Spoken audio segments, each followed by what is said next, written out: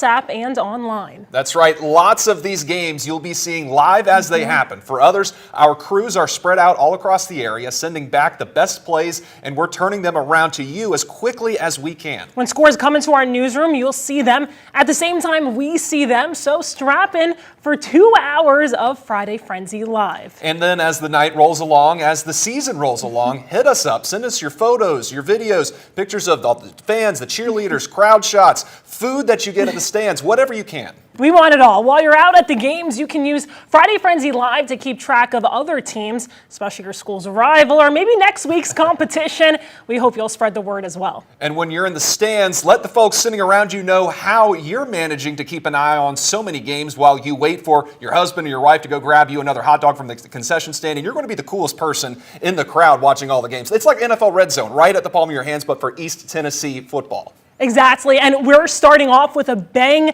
for the first time in 25 years. We have the biggest rivalry to kick off the season. Alcoa, Maryville, it doesn't get any better than this. They're playing for the 77th straight time tonight. It's at Alcoa. These teams have gone back and forth the past couple of seasons, but Alcoa looking for its first win on home turf since 2009. Maryville looking to keep their hot streak over in Alcoa tonight. And it's a battle of the Titans, truly, when you think of just these two teams. And we're going to go for a live picture at this game, too, as we're talking right now. Let's see what we're doing right now. At our last check, we had a 7-0 Maryville over Alcoa, but it looks like the Tornadoes are driving. They're inside the red zone round. This is what we're talking about. You have the game right here. Perfect. You have the perfect angle. You're watching it as it's going along. Let's see what the Tornadoes can do on offense as they're set to move in. Thomas Manu at quarterback. Eli Graff for the past 2 years, that's a new face, number 18. Used to number 12 being back there, but he looks comfortable right now trying to even up the game again. This is a big drive right now. Hands off the ball. A lot of Rebels trying to stop him. Looks like he's short there. And we were talking about Manu before this game started, how last year he was the safety, and he's the quarterback now. Is he still playing safety for this team? No, I think they'll let him rest a little bit. But that was Micah Jones. He's been a big part of the Alcoa offense for a while now. Just a little short, so they're going to talk it over. Not rushing through it. It's a new quarterback. You don't really expect to see that hurry-up tempo offense. Get him settled in. They're in the red zone. That's what we want. So we'll see if they go for the air, go for the ground again. You see Micah right there. Manu keeping it himself this time. Just short. Maybe like the 1 or 2, yeah. You know, with a lot of these high schools in our area, you're going to have a ton of guys that play both ways. And I know he's not going to play safety anymore, but whenever you have an athlete like Manu here, where you have quarterback and a safety, there's a name for these type of guys, and they're called gamers. Just guys that just grind it out and play really good football on both sides of the ball. Coaches love guys like this. I was never called a gamer once in my life, so I'm happy to be talking about the gamers. And as you see, not the biggest guy on the field there, Manu. Same thing with Eli Graff, but what you saw before was an Eli Graff play, just taking it in, and this time our hands are up here in the studio. You don't see them, but we're celebrating. You got the Tornadoes in the end zone. That's your very first touchdown of Friday Night Frenzy of this season. What a way to kick it off. Hey, Micah Jones didn't get it on that first try. He's going to get it his second try. And that is the junior running back.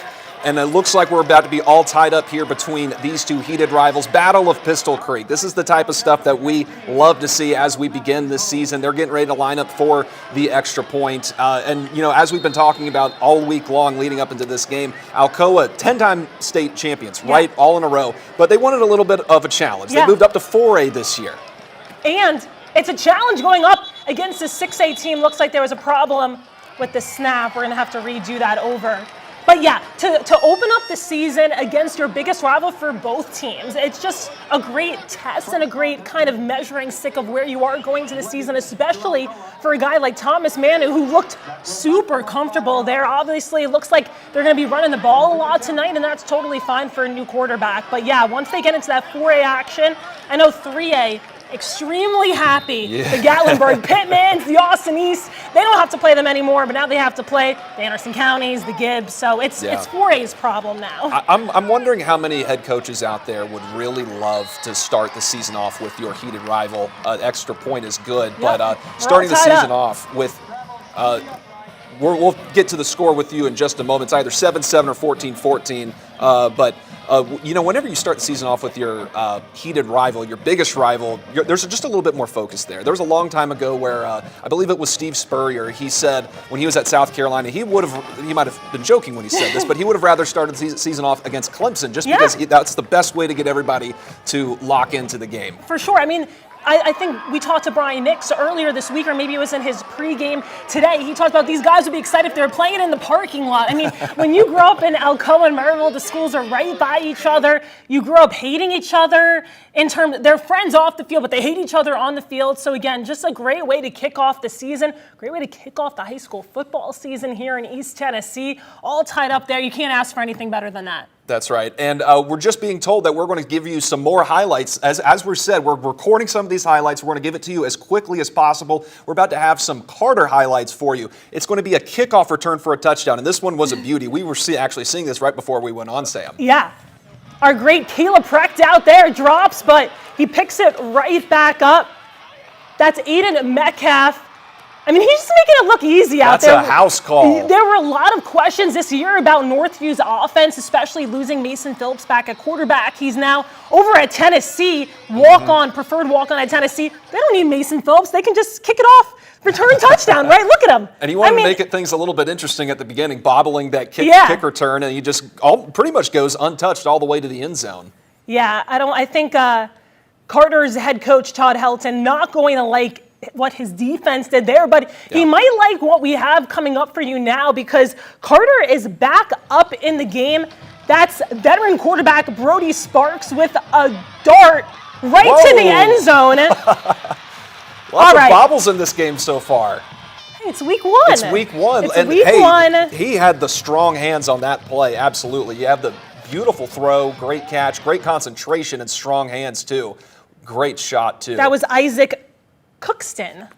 Throwing it up in the air, showing everyone that he's got it. We've got a good game, Carter Northview. And we're about to go live with another game for you coming up. This is coming to you live from Carter and Northview over at Cougar Field, week one action. And it's week one. You know, you have that feeling of just, it's kind of like Christmas morning. You're waking up with all the presents underneath the tree, but it's just fall. It's high school football. The feeling of football is in the air. That's just truly the best time of the year for everybody. It is. The excitement around it, all for the fans, for these athletes, a new season. You know, school started a couple weeks ago. I don't think they were looking forward to football kicking off. The season has officially begun, and this is a great. I mean, we see these games so far, no blowouts, really going back and forth. That's what you want to see week one. Yeah, and we've been getting score updates from our good folks that are helping us out all throughout these games. And right now, just to give you another score from around our area. Oh, there's one right there. Carter's up 22-6 right now on Northview Academy. Just another score that we can just talk about that one of our producers texted us. South Doyle is up 20-12 on Austin East right about now. We'll give you the highlights as quickly as we can, but just as an update of all the games that we have going on. We'll get back to Maryville Alcoa eventually. You see the onside kick there. Let's see if it makes its way out of bounds. So it's going to they're not gonna do another kickoff. They don't want another kickoff return there. No way. But something interesting with Carter is you see that they're up big. They were up big a lot last year in Todd Helton's first year, but then something happened. When you go into that second half, they would just take their foot off the gas, and that was something that Coach Helton taught to us a lot at Media Day about playing a full 4 quarters of football. So they've obviously gotten off to a great start. We'll see if they'll be able to continue that as the game goes on. After this play, we're going to, appears we're going to go to break at some point we're going to take a break right now. Please stay with us. Friday Frenzy Live will come at you right after this short break. We're having fun, aren't we? We're having a great time. We'll see you in a bit.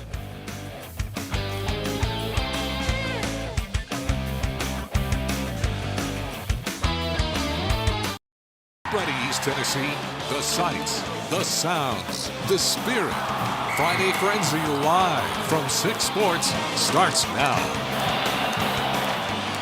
welcome back to a Friday Frenzy Live. We have some rain delays. CAK Concord Christian hasn't kicked off. Anderson County Powell about to kick off in 2 or so minutes. So it's because of some weather. Yeah. So we had to bring in our trusty Ken Weathers. What's going on? Why are they doing this to us week one? It always seems like week one's either extremely hot or you have thunderstorms in the area, and it's the latter out there for today. Thankfully, things are quieting down a little bit. This is a time lapse over the past hour, and we really have seen the coverage decrease across the area. Let's take a live look scan here. You can see some heavier rainfall there. Portions of Roane County between Rockwood and Harriman, and then also right up against the spine of the Smokies and closer to the Tri-City. So let's kind of take a review. We'll start in Alcoa. We know that game's underway, so no issues there. That big rivalry as it always is. And a live look from our Embassy Suites, or excuse me, rather Blunt Memorial Hospital camera looking back to the north. We actually have some clearing in that area, which is nice. Now we've got another view across the area that we're keeping an eye on. This one right here, that's Powell. Is that one underway? Is that one? We're 1 minute. It's supposed to be 1 minute. So yeah, we're looking good there. I don't see much in the way of rainfall or thunderstorm activity. We'll head over towards Northview Academy there in Sevier County. They are underway, and you can see we don't have any issues across that region. Further to the south, South Doyle looking pretty good as well across the area there. And let's go back towards the west. We do have some rain there at CAK. Think they will be getting underway soon if they haven't already. In Hardin Valley, still a few sprinkles or showers around. So not much in the way of lightning delays right now, but there are some showers in spots. All right, Thanks so much, Ken. Yeah. And we'll be sending out to one of our games right now. This is the opening kickoff for Powell. And let's see how they're doing right now. Runs it right out of bounds. And Sam, this is two more teams that you guys have been following closely, Anderson County and Powell. So how are they looking as we start this season? Two powerhouses in their respective classes. We have a 4A, 5A battle. Anderson County, two different quarterback situations. Kind of what we talked about, Alcoa, Maryville. You see J.D. Gillum out there for Anderson County. You might recognize that last name. Yeah, his dad is Davey Gillum, the head coach. He is a freshman starting quarterback. He is his dad's little project. He's been getting him ready for this moment his whole entire life. He's had Power 4 offers since he was in middle school. He's the real deal from what we've been told. And starting off the season against a big team, Powell, one of the best defenses in the nation.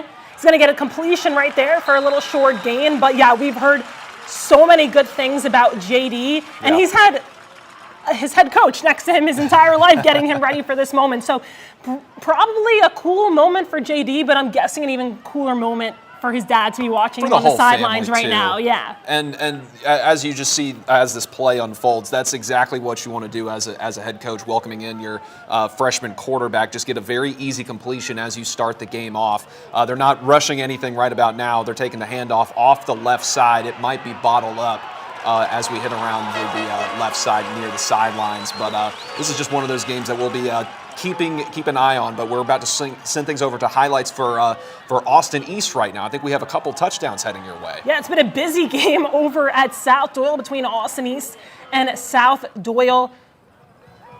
Might have to squint a little bit to see this touchdown. We have our producer Kevin out there helping us out with his cell phone. That was a 66-yard rushing touchdown from Layden Middlebrook.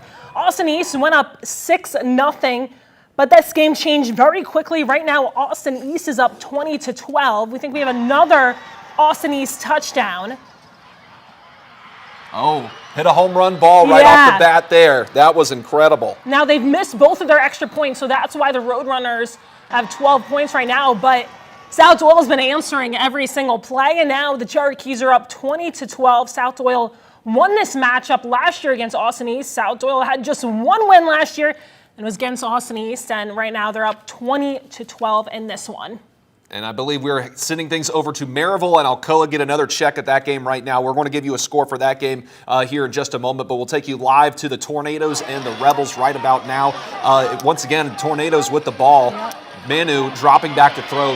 He might be swallowed up here, but he escapes. He escapes the pressure, and he's off and running. Wow. Let's see what he can do here. What a huge play for the Tornado offense. It is crazy watching him and watching Eli Graff for the past 2 years, because That's Eli Graf. I mean, it is crazy that they have a kid who's undersized, willing to do whatever it takes. Usually, a kid that size should not be able to break tackles like that, but just making something happen, and that's the Alcoa way. They reload every single year. It doesn't matter. Like it sounds cliche, but you don't win 10 titles in a row by just by just rebuilding. You reload when you're Alcoa. Exactly, and that's exactly for this to be his first start as a quarterback against your biggest rival, making plays like that.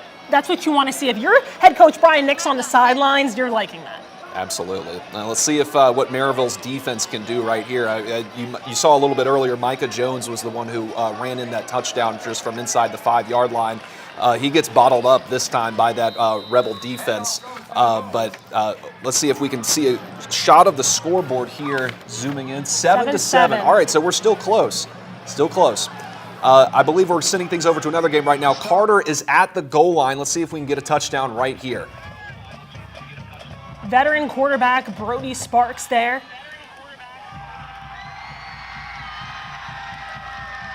Couldn't see who he handed it off to, but looks like he's down. That was Joseph Armenta.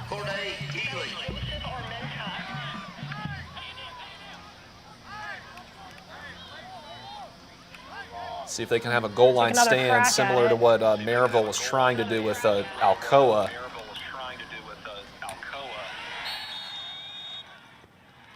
Looks like he's in. He's in. He's in. Touchdown for the Hornets. Number 33. Justin Umbarger, the senior. What a way to start off your senior year, right? You just have to. Sometimes it's just as simple as just running the football, and how about that? That's how you get up to 6. That's how you get up 22 points right here in the first half of play between these two teams. Carter's got to be feeling good right now.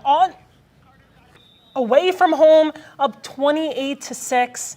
Again, last year we felt like they were so close, and this year they have Brody Sparks back. We haven't even seen Jody Scruggs out there. He does everything for this offense, and the fact that they're up 29 to 6 right now.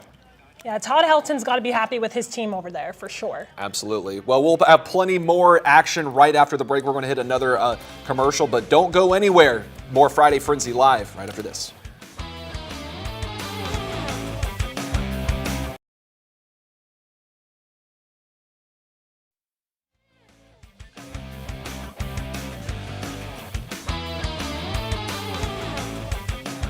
Welcome back to Friday Frenzy Live, and we are live at Anderson County at Powell. Looks like Anderson County driving. That's freshman quarterback J.D. Gillum with it. Tried to hand it off, but that Powell defense, that is what Powell and Matt Lowe do.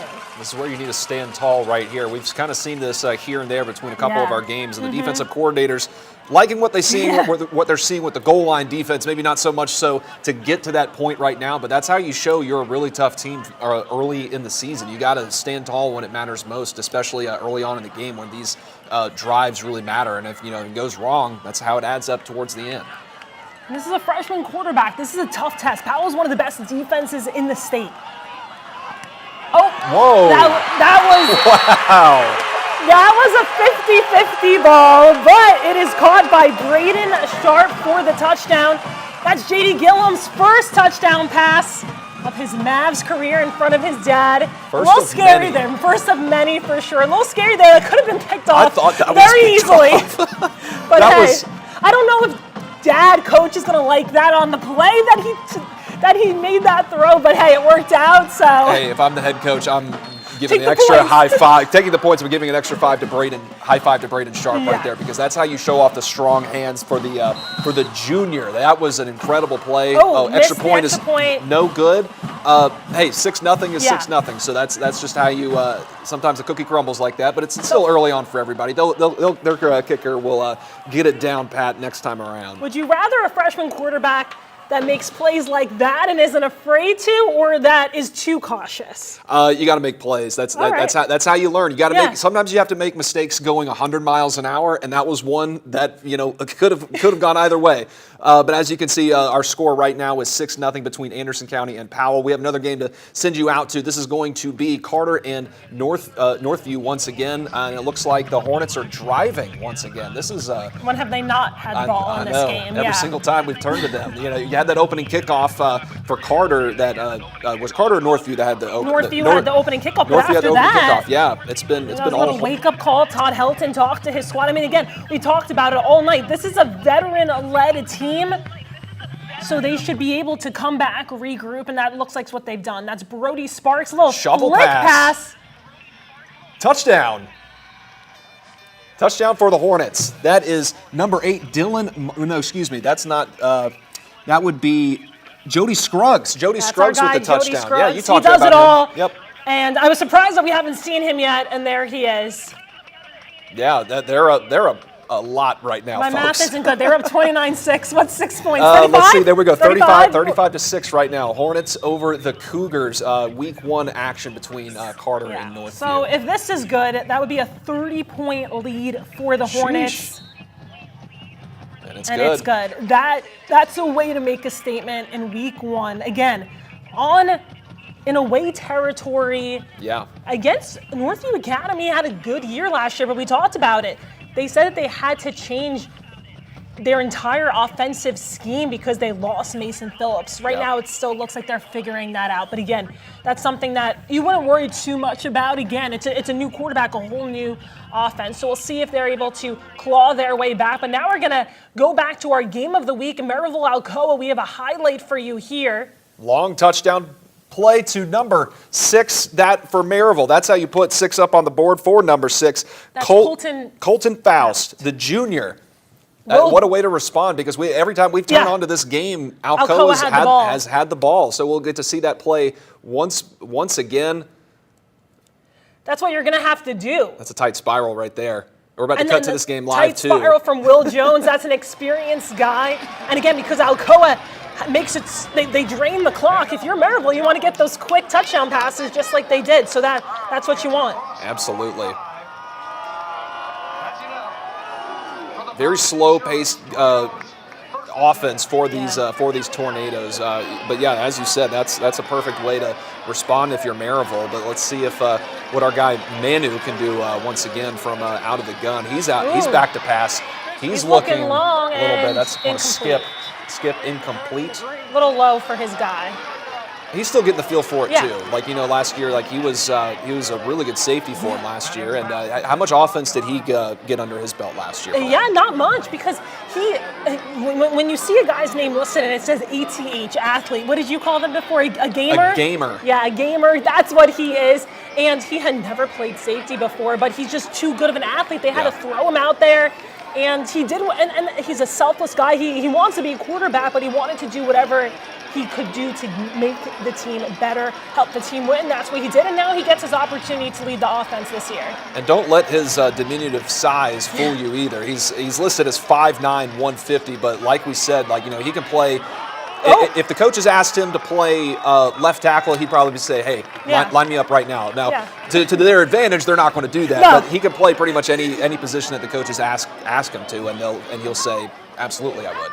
That's what you want from a guy who's going to lead your offense, kind of that selflessness, do whatever it takes. And that's what he's been doing. He hasn't really been flashy tonight, what we've seen from him, a lot of handoffs. He's ran the ball a couple times, some short passes. But again, just getting a feel for it.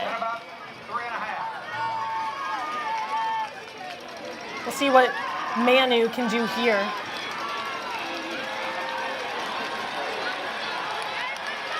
Making some noise out here at Goddard Field.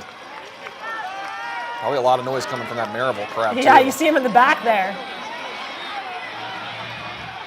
Escapes another tackle. He had to do what he could there, but we're going to take you to another game right now where I believe we just have another touchdown, a South Doyle touchdown. Let's see here. You might have to squint one more time.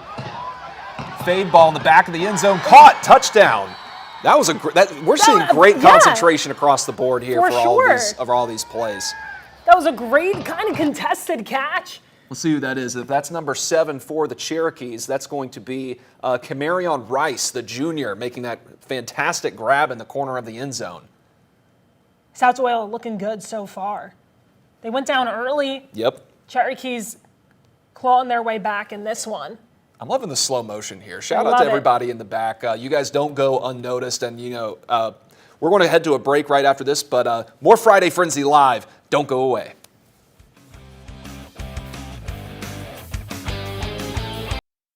Sights, the sounds, the spirit. Friday Frenzy Live from 6 Sports starts now. Welcome back to Friday Frenzy Live. Joining us once again is Chief Meteorologist Ken Weathers, and there's just a pocket of East Tennessee that it looks like there's one game in particular that we're trying to cover that is probably not going to be starting anytime soon. No time soon, unfortunately. The slow-moving storm in portions of Roane County. We can take a look at the weather computer here. We're looking pretty good in most areas, but look on the left-hand side of your screen. I'm going to zoom in here right there. Harriman is visiting Roane County. We'll look at all the lightning strikes, 18 lightning strikes right around the area. And it's going to be a while, I think, before they get that going. Elsewhere, we're looking great. We mentioned no worries over there. Alcoa, Maryville, that game's been a total shootout there, and it's going to be a beautiful sunset as we're looking back towards the northwest there from our Blount Memorial Hospital camera. I know we've been talking about Powell. They're doing fine. No worries there weather-wise. Northview Academy is fine as well. Want to go back a little bit further to the west. We'll focus there. South Doyle. That game should be fine as well. We talked about CAK looking okay, but I want to show you Hardin Valley. I think we're just hearing now coin toss is just about to get underway. Is that right, guys? Yes. Absolutely. We've been waiting for this one. We're going to go to it live. We're at CAK Concord Christian. They're just down the road from each other. So it looks like CAK is about to run out of the tunnel. I've always wanted to run out of those big helmets. I always, film the athletes. One day, maybe I'll make my dream a reality. But I think that's got to be a cool feeling to run out there, especially the first time. Yeah. Oh my gosh, that's such a with the smoke. What a fun way to start your season. They would 100% let you just kind of make your way in there just with your camera just up like what this. What if next week I have my camera and I run out with them? You get take the it to you live. Yeah. Oh my gosh. On Friday Frenzy Live. Can't get any more live than that. That's the action that we want to bring you on Friday Frenzy Live, everybody. Sam is going to get onto the field. She's going to line up at linebacker as well. I don't know about that. No, you're not going to do that? Okay, well, I told you I wasn't a gamer. So I'll run out of the tunnel and then I'll go back on the sideline and go back to filming. But yeah, looking at CAK Concord Christian, the storyline there is Concord Christian. They're looking for their first win in program history. They played in 2015, 2016, 2017, 2018, all winless seasons. The program disbanded. They're back this year with Steve Matthews, who coached at Catholic, at the helm, looking for that first win in school history tonight at CAK. We'll see if it happens. Absolutely. Well, we have another touchdown to show you between Northview and Carter. We're going to take it to you right now. This happened just a moment ago. Quarterback scrambling around, trying to find anybody open, and he's got a man, bobbled it, but he scores. Touchdown. What a play there for the Cougars. That is Bryson Metcalf. Now, when we talked to Coach Justin Anderson, he said he had a 5-way quarterback competition trying to replace Mason Phillips. Did that help? Yeah. Bryson Metcalf's case a little bit. His wide receiver helped him out a little bit. Bobbled it. We've seen a lot of bobbles. Week 1, it's a little bit of jitters. understandable. Yeah. It's all right. Yeah. Hey, as long as you are in the end zone with possession of the ball, 2 feet down, touchdown. It counts. That's all that matters. Counts. Now the coach might, mess with them a little bit Yeah. as they go into take a look at film, but they're still down right now. They kind of have an uphill battle as this first half kind of winds down between Carter and Northview. As you can see the score right now, that just put the score at 36-12. So we've seen a lot of points, just a lot more on Carter's side. And we talked about it's only the second quarter. That was Carter's struggle last year finishing the games. So Pierce County scored dance. right as we cut to it. We will get to that touchdown for you a little bit later. Yeah, that was Damian Lavelle. The senior making a big play. I like his play. Little touchdown dance there. That was cool. Yeah.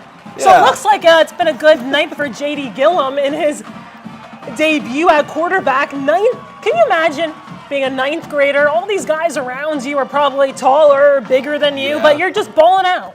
You got to love it. Hey, also, we want to give a shout out to the officials, too. They work long hours during these seasons as well, making the right call on a lot of these plays. We have a problem with the snap here. unable to convert the extra point. They had a problem with the extra point a little bit earlier as well, but this time it looked to be a little issue with the hold there. But they're up right now, but we are taking you to another game right now. This is the opening kickoff of Christian Academy and Concord right now. Let's see what happens here. Taking that opening kickoff right down the sideline. He's going to be knocked out of bounds. But as you said, big night for Concord because they want to get their first win in program history. That's just something that's going to be on their minds, not just in this game, but throughout the season. Yeah, they played a reduced schedule last year, got a feel getting back into the high school football scene, but this is their first year coming back from 2018 in a varsity schedule. CAK didn't have the best season last year, but again, it's going to be a test. This is their first time playing against someone else. You know, they've probably been scrimmaging against each other and all that, so this is a big game for them tonight at CAK. Absolutely. First play from scrimmage there is a decent gain for, who would that be? Is that Harrison Harwell? Harrison Harwell with the first carry of the season for CAK. Decent size for a sophomore there. He can barrel his way through, At the high school level, you love a bruising running back right there. Let's see if he can get another handoff as this game gets underway. He takes it around the right side this time, trying to get his way around the Concord defense. That might have been enough for a first down on that play.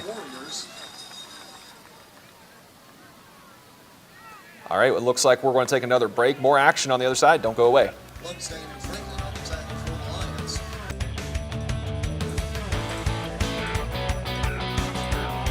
Welcome back to a Friday Frenzy. It's been a great night so far, kicking off the 2025 season. But of course, the biggest game is Alcoa Maryville, tied at 14 right now. And we have our Casey K out at Alcoa. She's going to give us a little halftime update. Casey, what have you seen so far? Hey, Sam. 97th edition of the Battle of Pistol Creek here at Alcoa, and it's been since 2009 since the Tornadoes have won on home turf, despite winning several since then in the last decade and a half. But halftime report here from Alcoa. Both teams, battling it out. It's tied up at 14. Right before the half, we saw Alcoa score Thomas Manu to Jacoby Cooper. That would be Thomas Manu's first touchdown of his career as a starting quarterback here at Alcoa, taking over from Eli Graff from last year. So exciting for him to get one right off the bat there. Before that, Alcoa did score. It was on the ground, though, so not a credit to Manu on that one, but he did get one in right before the half there. On the Maryville side to get there 14, one in the air. And one, well, now I'm starting to think. What are they both in the air? I think they were both in the air for Maryville. So Maryville working the air, Alcoa working the air. They're both working all ends of the ball. One thing that's really standing out, though, is Maryville's defense. I feel like I haven't seen it look as strong and steady as it is tonight than I have the last 3 years of covering Tennessee football, high school football in East Tennessee. I really feel like that's going to be a standout for them this year, just based off of the first half, the first 24 minutes of high school football that we've seen from them. They really aren't letting Alcoa get anything. Honestly, that last pass kind of looked like a Hail Mary from Manu. I think it wasn't supposed to be, because they definitely still had time on the clock to do another play or two, and they weren't on fourth down, but definitely looked more like a Hail Mary type of pass. So Maryville's defense really hasn't given them that much leeway to make anything with. I think that Alcoa is kind of scraping by in this one. I think Maryville is dominating.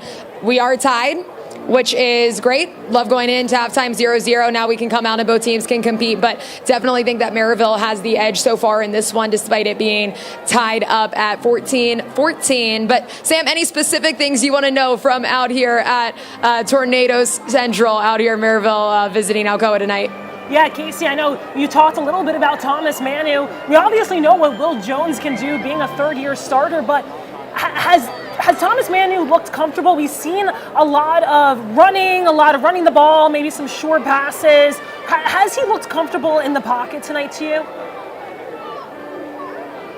I think he has looked extremely comfortable. One thing I really think stands out about him is that he cannot get taken down despite his size. I mean, he's one of the smaller quarterbacks we've seen in the area, and he just cannot be taken down. I know I mentioned Maryville's defense, but honestly, he's probably been one of the best matched to go up against them. He just breaks tackles, which I think is a little bit rare to see for a quarterback of his size at the high school level, and I think that's something that's surprising that we definitely wouldn't have known about him. But I think probably his play on the defensive side of the ball last year, playing safety, starting in all 15 games at safety, definitely think that is probably playing to his advantage for being able to not just read the defense, but be able to break through tackles, kind of know the physicality to be able to do that. So I think that's definitely playing out to his advantage, something that he didn't necessarily mention this week when I talked to him, but definitely something that we're seeing come to fruition, come to play now. All right, thank you, Casey. We'll head back out to that game eventually. Great work out there. We love to see a heated rivalry at 14-14 at the half, but we got some more highlights for you. A lot of these games kind of getting out of halftime or maybe just about to enter halftime, but we got some more plays for you. I think we got a first up. This is going to be another Austin East highlight for you. Again, this is all done on a cell phone, by the way. We just want to point that out for you. So, like, we got people all over the area working hard. This is going to be a touchdown in the corner of the end zone once again. We've had a nice passing display out here for Austin East and South Doyle here, but what a play. Shout out to the slow-mo crews in the back that we have here. Our editor Thomas working hard. It was Central kicked off an hour late, but the Bobcats going to look like this one here. So it looks like Scoop and score. Yeah. Look at them go.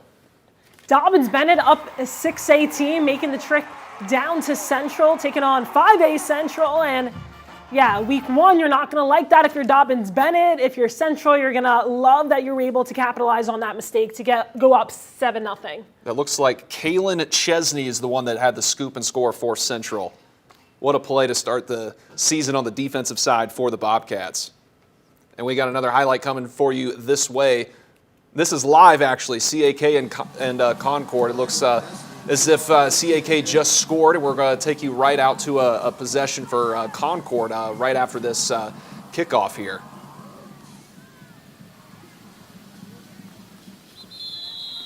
Somebody appeared to call for a fair catch, so we're going to bring it out to the 25 or the 20. I can't remember if high schools adopted the same rules as the college level, if they're bumping it out just a few yards ahead this time. But we're going to see Concord go to work this time around here at Warrior Stadium.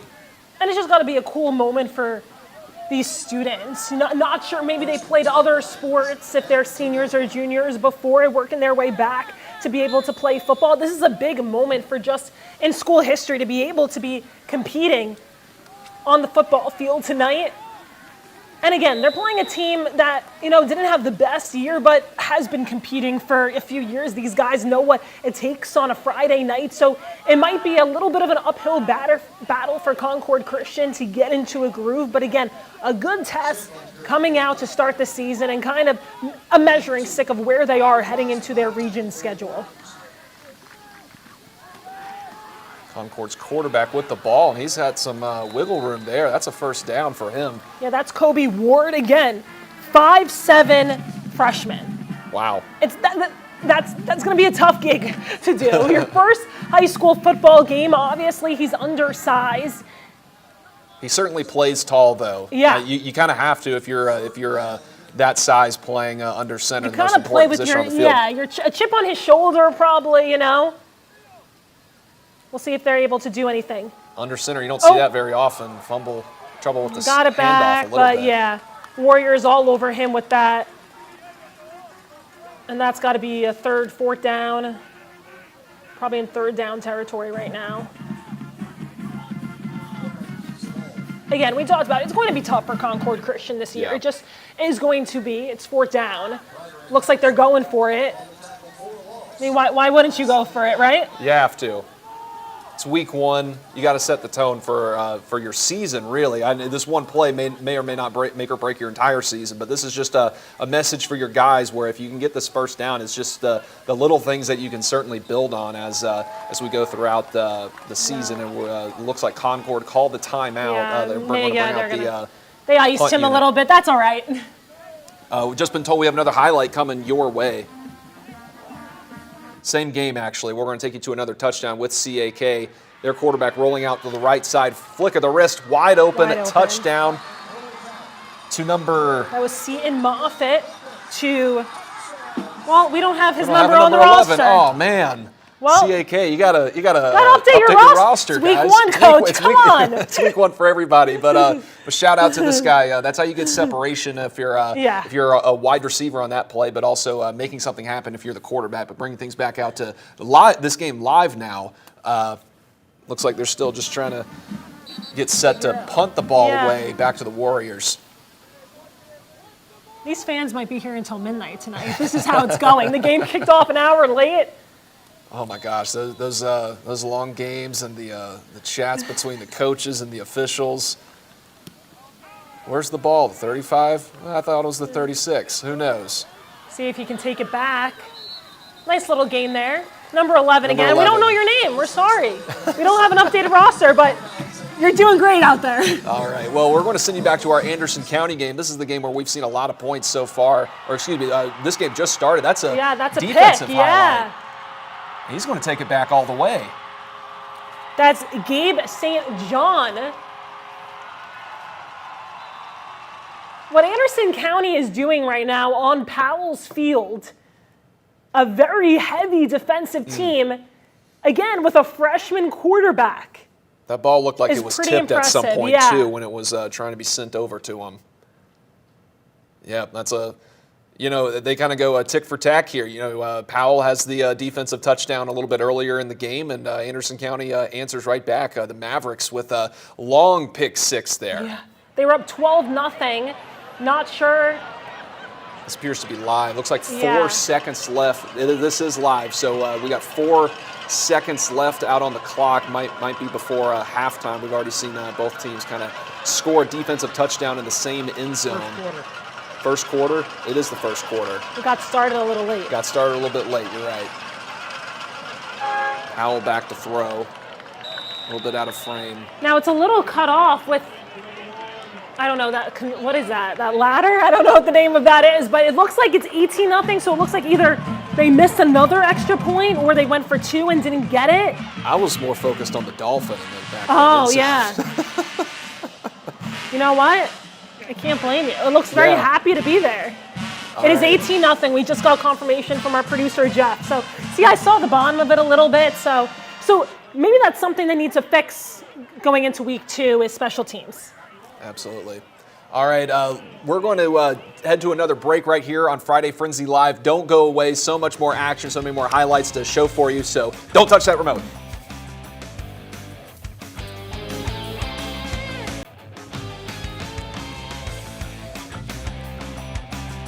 Welcome back to Friday Frenzy Live. Joining us once again is Chief Meteorologist Ken Weathers, and it's kind of funny how a lot of people are kind of just playing in perfect conditions, and yet there's some games that haven't even started. Yeah, on opposite sides of our viewing area as well. We'll take a look at the radar. This is a 1-hour time lapse. You can see most everything in the central section's doing pretty good, but not so good all along I-40 back into Roane County. Let's zoom in. I want to show you this. This is not going to start anytime soon. Harriman at Roane County High School is what's supposed to be underway, but 30 lightning strikes in the past 15 minutes just here. That is a concern. Another one I've been keeping an eye on, Morristown West is hosting Greene County, the Green Devils there. I got a feeling they're going to be in a delay as well. So we got some thunderstorms just on the north side there in downtown. That's drifting towards the southwest, and you can see at the top of your screen there are a couple of lightning strikes up there. So those are the two we've been really keeping a close eye on the west and east side of our viewing area, but everybody else okay, underway, and maybe a little delayed from some spots like Hardin Valley. We saw they were delayed. CAK pushed back just a little bit, but we're okay in the short term other than these two areas we're watching. It's good that a lot of our local teams are local tonight, so we can show you the highlights. Absolutely. Thanks so much, Ken. Thank you. It looks like we have another highlight to show you for you. There's so many games going on. Yeah. This is going to be, once again, this is our Carter-Northview game.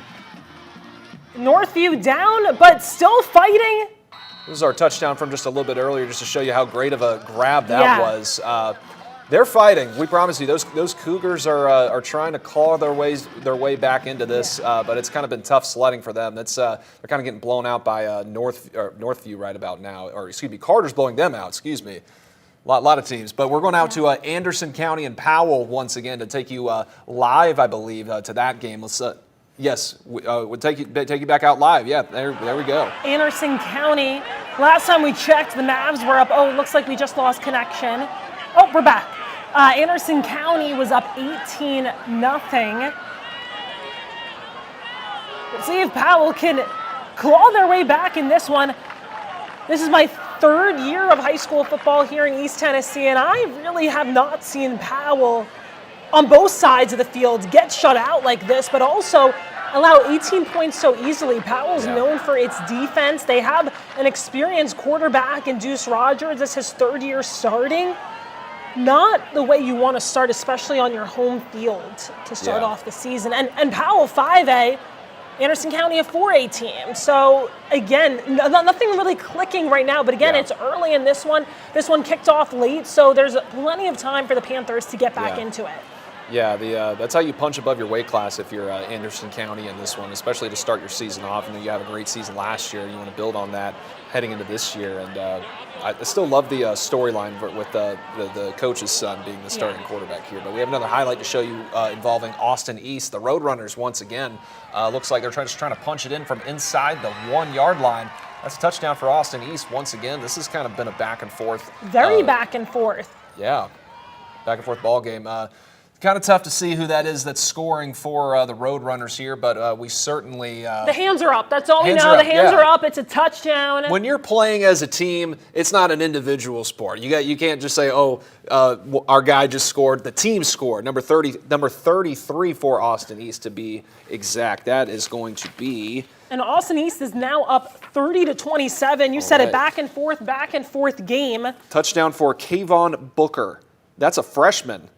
That is a freshman right there, and this has just been such a fun afternoon. Yeah. Fun evening with all these games going on. I'm sure we're going to get back to Maryville, Alcoa eventually, just a moment, but that's an exciting game. But we're going to go to Anderson County and Powell once again. Yeah. This is a game that we were just taking a look at. Yeah, there was a flag on the field. There was a lot of refs talking it over. Looks like maybe there's the tail ends of figuring out what happened there. We missed what happened prior to the flag, but see a couple of officials. That might be Matt Lowe in the right corner of your screen yelling at someone. I feel bad for the ref that has to hear from Matt Lowe screaming at them, but they're trying to figure something out. He does not look happy over there.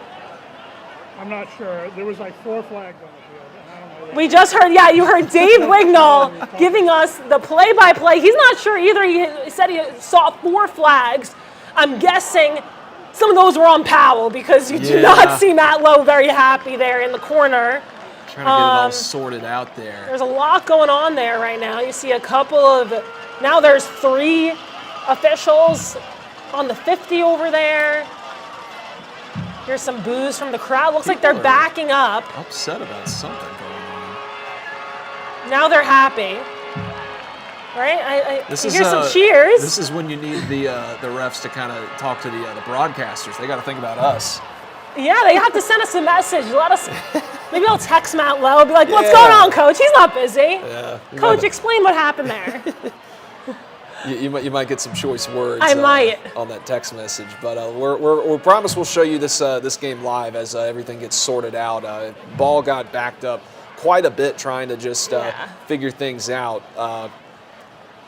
as we're moving along with this game.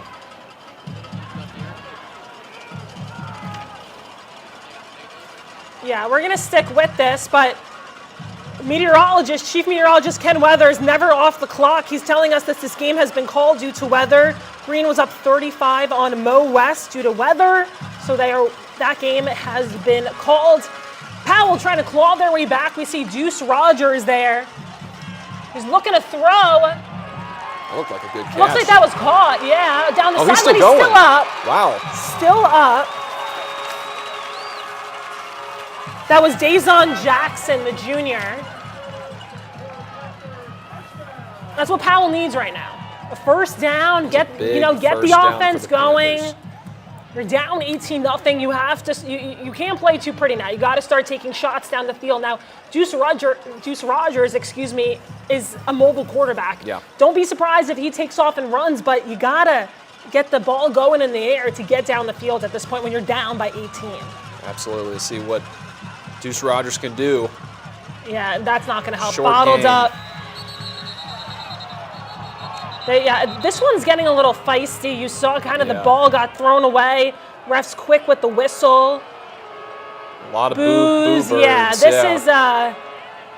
These are two teams that they may be in different classes, but I don't think they like each other a whole lot right now. I guess not. You know, when you're hitting the other team for the whole off season, all through the summer, all through week one, you know, you might have your jamboree, but once you get to this point in the season, you're just ready to line up against somebody else that's not your team. But, you know, just keep it between the lines. And as we get ready to see a probably second down right here, see the Panthers got to get something going here. And for Powell, it's important right now to be disciplined. You can't have flags, things called on you right now when you're down 18. Juice Rogers, that was almost tipped. It just seems like they can't get anything going right now in terms of the Panthers, while Anderson County has it all going. This might be a quick drive for Powell. But while we're live at this game, we do have a halftime score coming to us from our own Justin Mason. Austin East is up 30-27 on South Doyle. That's certainly a fun game that we have had our eyes on heading as that game just entered halftime, maybe just a few moments ago. But yeah, as you were saying, that was South Doyle's only win last year. More whistles here between the Panthers and the Mavericks. Looks like we're going to take things back to CAK once again. And we want to give a shout out. Let's see what happens here on this play. Ooh. There he is again. Okay, we have a name. Oh my goodness. We have a name. I had it 2 seconds His helmet ago. came off on this play. Gabrielle Linkus is doing everything tonight. We are so sorry we didn't shout you out before. He's putting his helmet back on. That's Gabriel. I probably just said Gabrielle. Yeah. Gabriel Linkus. What He's excited. He's coming right into your living room right now. He's pumped up. Let's go. He probably just heard us give him a shout out on Friday Frenzy Live. Yeah. Tell all your friends, family, classmates, teachers, all of that good stuff. He didn't quite score, but they are well inside the 5-yard line. Let's see if they can punch it in once again. But yeah, we didn't have your number earlier, Gabriel, but we're glad we have it now because you are a big playmaker. Oh, and there's the big sophomore running back running it in. That's bulldozer. Ryan Gibson. Look at the lights. They're doing the stuff that Tennessee does. Flashing the lights. Good job. Touchdown for big number 4. I mean, to be a sophomore. He doesn't look like a sophomore. He definitely does. But yeah, CAK rolling in this one. We'll get you a score when we can. Going for the extra point. And that looks good. And there's the lights again. Yeah, love a good light show. Everybody's kind of adopting that from college ball all the way down to high school, and it's that's 14-0 CAK. 9:22 to go right now. It appears in the second quarter. Yep, that's the second quarter. Concord's kind of hanging in there, considering it's second quarter. They are hanging in there again. They have a veteran coach in Steve Matthews. He's coached all around East Tennessee. His last stop was at Catholic, so he knows what it takes to win. But again, it's going to take some time to build a program. 2 programs that are definitely built. You're looking at them with Maryville and Alcoa. Not sure if our KCK might have gone hit. You know, it's dangerous out on the sidelines there. Casey bringing us the action from Alcoa. That's something that a lot of people don't know when you're out there filming along the sideline. You're only looking through your lens just for a little bit, but you got to keep your head on a swivel for anything because there might be a wide receiver blocking a defensive back about 30 yards up the field, or a ref might bump into you, anything like that. So you just have to, like we're saying, keep your head on a swivel. Tornadoes have the ball once again, and this is a very slow-paced offense, but that's exactly what Alcoa likes to do. Yes. Thomas Manu back out there. Again, you heard Casey say it during the halftime report. He's looked comfortable for it being his first game. We'll see what he does here. And off inside to Micah Jones. Looks like He's this play's still alive. He just won't go down. Refusing to go down. That might not be Micah Jones. Let's see. That was Condis Cherry. All right. Number 6 and number 9 look a little similar out there. Yeah. The sky looks pretty tonight. We've got one of our East Tennessee sunsets as Casey, you see her making her way down the field. You get a workout in while you're filming. Yeah, see, that's filming these games is not for the faint of heart. No. Y'all. Hope y'all know that as everybody's doing such a fabulous job out here in week one. You wouldn't even be able to tell it's week one with how hard everybody's working out there. That's for sure. Manu in the gun once again. Looking to throw. Short pass out to the left side. He gets dragged out of bounds. Number 8, Jacoby Cooper, the senior wide receiver, knocked out of bounds. Sometimes you just you don't need the big play all the time. You know, sometimes if you just chip away little by little, you can go a long way. And you know they're milking the clock. You know, Maryville's has the big play capability as we've seen earlier in this game. But you know, you got to work in your new quarterback if you're Alcoa. But you did hear Casey talk about how she's been here again 3 years too, and she's never seen the Maryville defense play like that. That is a big statement to say in week one what they're doing to this Alcoa offense. Yes, it is a new looking offense as Manu just can't get anything going. It just seems like there is a swarm of rebels whenever they're trying to get down the field. You saw a little short pass to the side, maybe they'll try running up the sideline, but there's guys there too. It just seems like Maryville's defense has come to play, and Alcoa is trying different things to get down the field, but right now, again, it is tied, but it seems like Maryville, even though it is tied, Maryville has the upper hand right now. Absolutely. We're going to take a look at this play before we change games. Again, this is our game of the week between these two fierce rivals on the week one of the season. Up the middle goes Micah Jones once again, dragged down. Maryville defense all over it. We're switching over to Anderson County and Powell right now, and Powell is on the move. We've kind of seen a lot of delays in this game between conversations between the coaches and the officials and some flags out on the field. We've seen a couple good plays here so far, but Powell just, they need to get a move on in this one if they want to get back into it. It's a 3-possession game right now. Running out of time, and Anderson County's been moving the ball well. I think we have another stoppage. Stop What's us going on? if you've already heard this in this game, if you've been following along.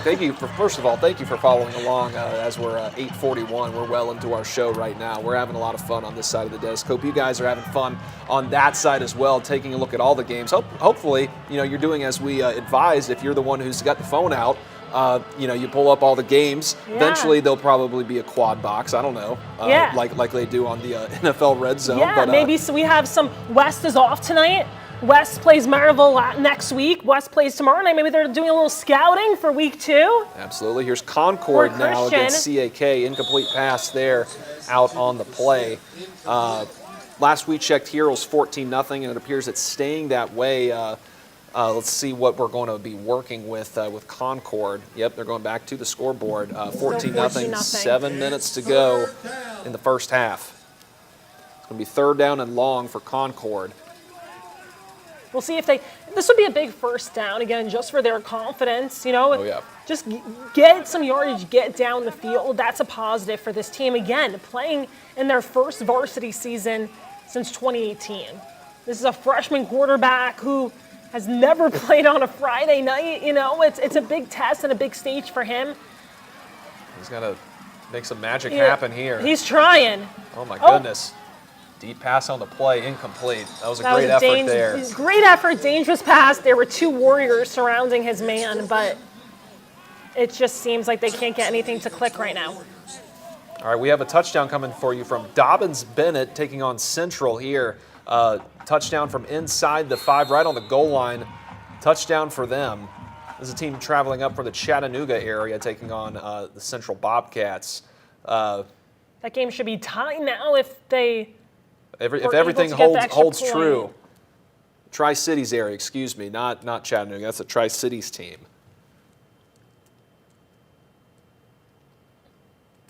Short yardage touchdown, and we're going to Anderson go County back. Powell. Let's try it again. Let's see if Come on, Deuce. Let's see if we can see some action in this game, guys. We are on the edge of this desk right now.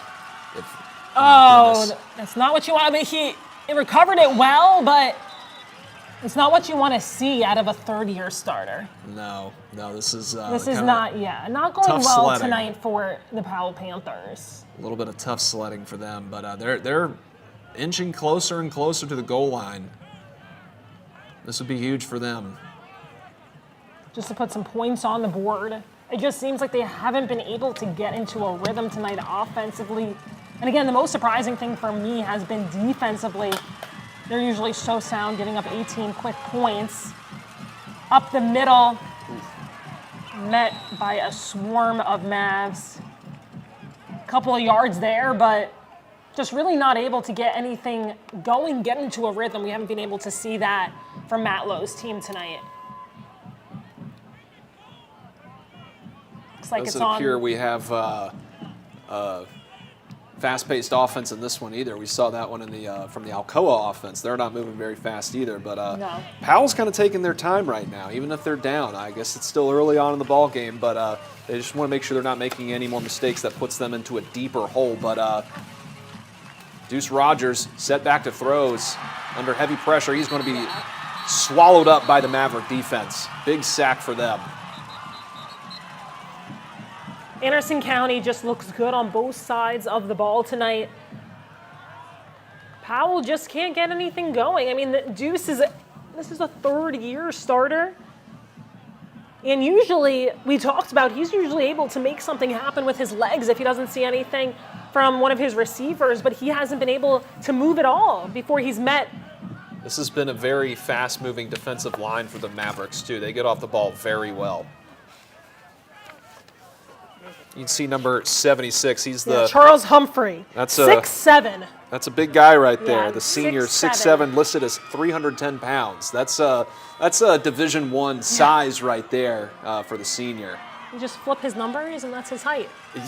There you go. We got to. You know what? That's who I'm going to be watching on this play to see what kind of difference he can make up against the Panthers left tackle here. But a big down here for the Powell Panthers. Let's see what they can do. Fake the handoff. Deuce is running it in. Was he down before? He might. Oh, just short. Just short. It's It a looks little like slow he to get up. might be in pain a little bit. Yeah, he's limping, getting up. Oh, he fell back down. That's not a sight that you want to see. We're gonna step aside. We're actually going to take a quick break. We'll be back with more Friday Frenzy Live after this.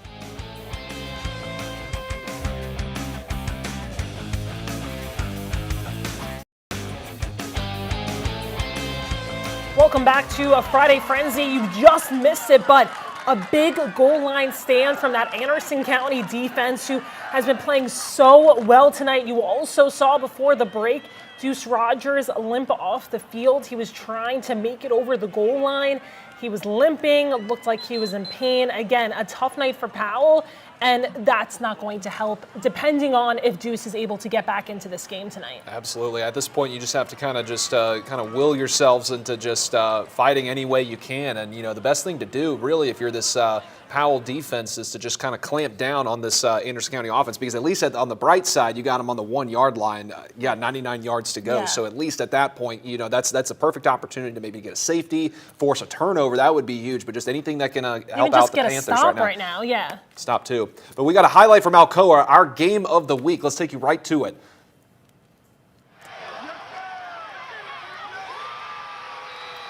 Oh, how about that? Manu To right Jameer into Dean. the breadbasket of Jameer Dean. Like Stan said, What a hey, play. didn't we just talk about Thomas Manu? We did. Running the ball, short little passes. Maybe he heard us. He heard us. Yeah. He's standing tall. But speaking of standing tall, number 0. Okay, first of all, just a side note: if you were number 0 on a football field, you're a baller, and that's what Jameer Dean is, the junior. He's listed as 6'3". We'll take a look at that one more time.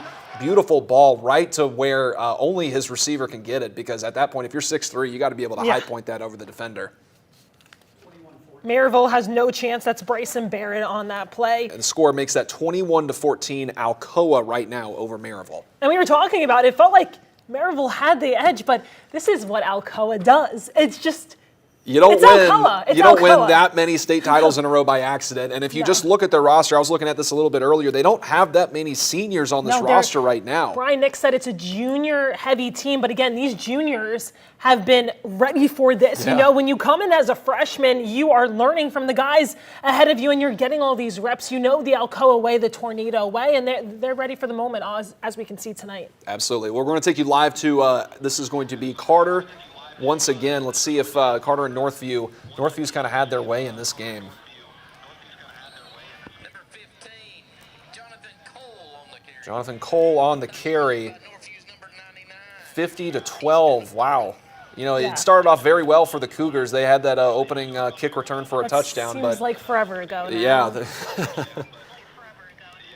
completely different team. You know, that's the markings of a good team. If you're the Hornets, you know, you kind of just look at that and you're like, all right, it's time for us to go to work. Let's see if what they can do out here on this play. And this was a big test that we were talking about going into the second half, because that's where Carter struggled last year under first-year head coach Todd Helton. That is something that he said he wanted to fix, obviously, this year. This was a game last year that really stung because Carter had played really well. They ended up losing to Northview Academy by 3. It was their closest loss of the season. This one feels very different tonight. This is all Carter, all Hornets, all the way. See what Brody Sparks can do here. Little pump fake before he lets it fly. That's Incomplete. a little off the mark. Ball's incomplete, broken up by Northview's number 11, Peyton Mitchell. Anything you can do if you're the Cougars right now, just any little play like that helps. I know the game might be a little bit out of reach, but that's certainly a play that you can at least look at in film on Monday or Sunday or whenever you look at it, just to say, you know, you shut down a receiver on one play. Yeah. Kind of build on whatever you can at this point. At this point, it's about looking at the positives and what you can take away from this, as we see some of the Carter players dancing over there on the sideline. The game's not over. The game's not over. But if you're Carter, you're feeling pretty good about how you came out here in week 1. Oh, man. As we say that, a little bobble. Sparks is still in the football game, too. That is a little surprising. Yeah, up 38 points. But Maryville's got the ball. We're going to go back to our game of the week. Rebels trying to tie it up. Knocked down out of bounds. Rebels down 7 against Alcoa at Alcoa now. Cohen Babele was the one who made the play, the senior. He's number 0 as well for the Rebels. And we've seen what Will Jones can do. He can make nothing out of something. He can rip it. So it doesn't matter right now. Maryville kind of backed up, but they can move quickly down this field with Will Jones at the helm. Good, how are you? Nice crowd shot. Oh, Casey's getting a little shout out for her coverage. Very cool. So excited to see kind of the future of what that, avenue goes. She's talking about the future of Friday Frenzy Live. Friday what Frenzy we got Live has here. made its way to Alcoa. CAK just got a field goal, we're told. They're still building on that lead that they have over Concord. They have the lights going again. Lights going again. Any chance you can get. 17-0. Those lights are so cool. That's what you build the LED lights for. It's funny how all these high schools are able to do that now, because Yeah. they know what's popular Yeah. amongst the fans at any level of football. If that Anderson County Powell game was at Anderson County, they have probably the best fireworks show in East Tennessee of any of the high schools. So we'll have to wait to go to the home of the Mavs to get that. But Yeah. if you haven't seen that fireworks show at Anderson County, you're missing out. They put on a whole production over there. But yeah, CAK's got to feel good about the way that they've come out to start the season. Again, Concord Christian, this is just, they're happy to be out there, playing football again for this program. Still looking to get that big play, make a statement. We'll see if they're able to do it on this possession. They're about to get the ball back. But again, like you kind of talked about, just any positives that you can take away from this game when they're going over it in film would be helpful as the season progresses. And they look like they've got some good players out there, too. And, offense has kind of been sputtering just a little bit, but at least defensively, you're kind of holding them as much as you can, keep them to 17 points at the break is ideal. This ball sails out of the end zone for a touchback. Let's see what they can do here. as we not change ends in the field, but change possessions right now. Concord with the ball, down 17-0 to CAK. Taking things back over to Maryville and Alcoa. Alcoa has the ball. Maryville just had the ball just a moment ago. A big stop there, though. We're not sure how Alcoa got the ball back. Maybe turnover on downs, maybe. Third down stop or something, but that's a big play from the Maryville defense. No turnover, they ran out of downs. Oh, the turnover on downs, according to our KCK. They punted. They punted. Excuse me. So Thomas Manu back out there, Shot all the way over back. Goalpost. He's doing some gymnastics out there. Whatever he can do to get a couple of extra yards there. Hit a little bit of a hole there, but once again, that defense kind of closing in a little bit.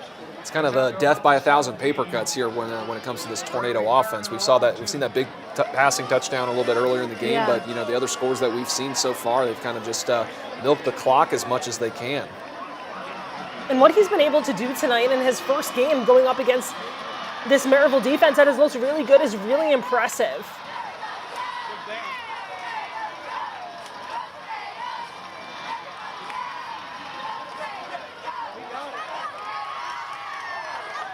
Alcoa's been able to run the ball really well tonight, too. That was Micah Jones again. Who? Micah Jones. Have you heard his name tonight? Mike Jones. Some people out there might get that. Not me. I missed it. I'm not cool enough. I'm not a baller or a gamer. I'm not one either, trust me. I don't wear the number 0.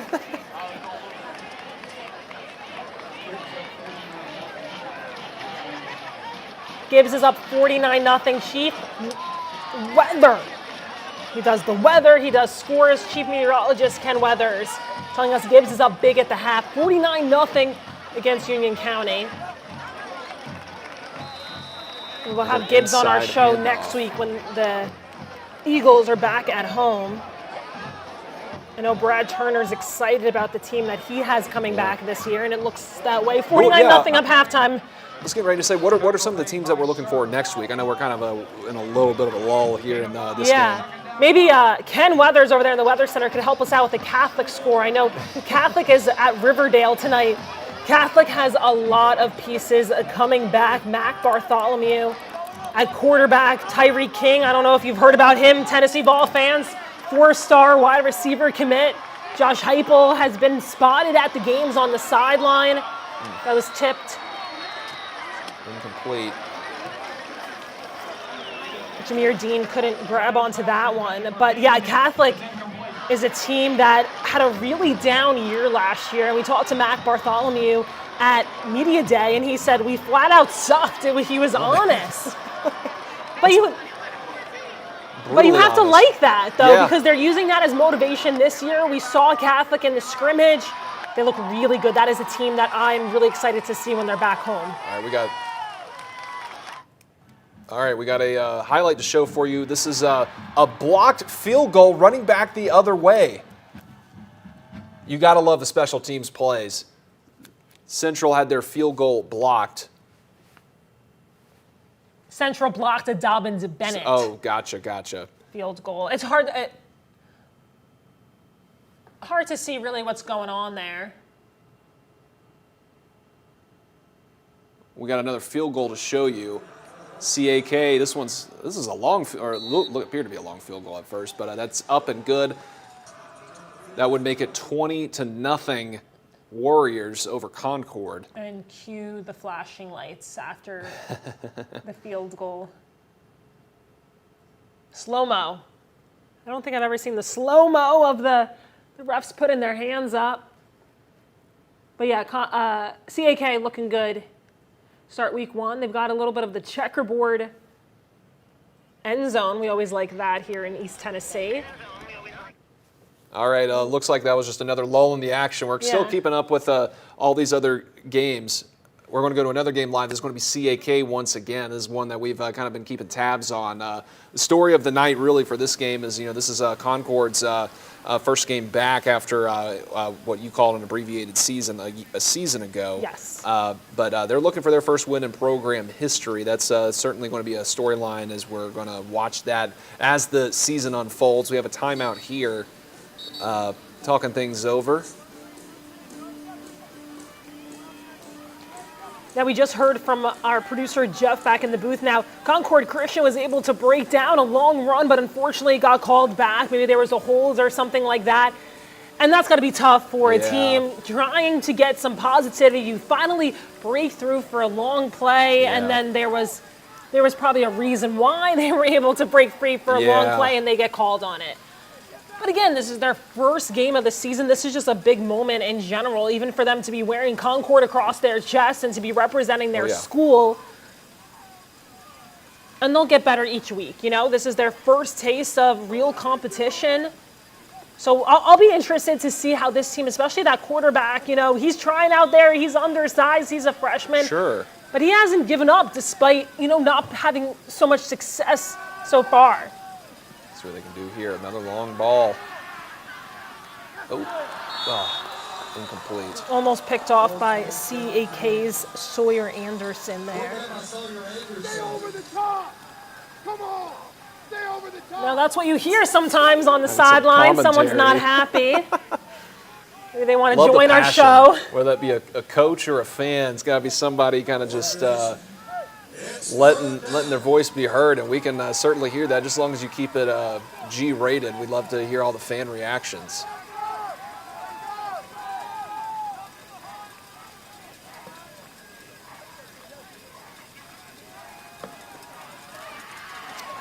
All over him. Pressure got to him. We have some scores to read off for you here, starting with looks like Hardin Valley's up 31-12 on Carnes. Dobbins Bennett's up 19-7 on Central. Here you go back to the scoreboard. This is halftime at CAK, up 17-0 over Concord as we head to the break in this one.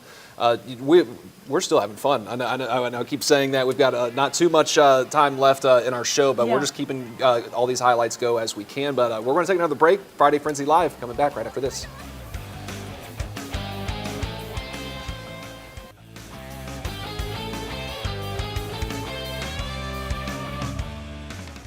Welcome back to Friday Frenzy. You're getting a look at another Carter touchdown. Carter just having their way tonight with Northview Academy.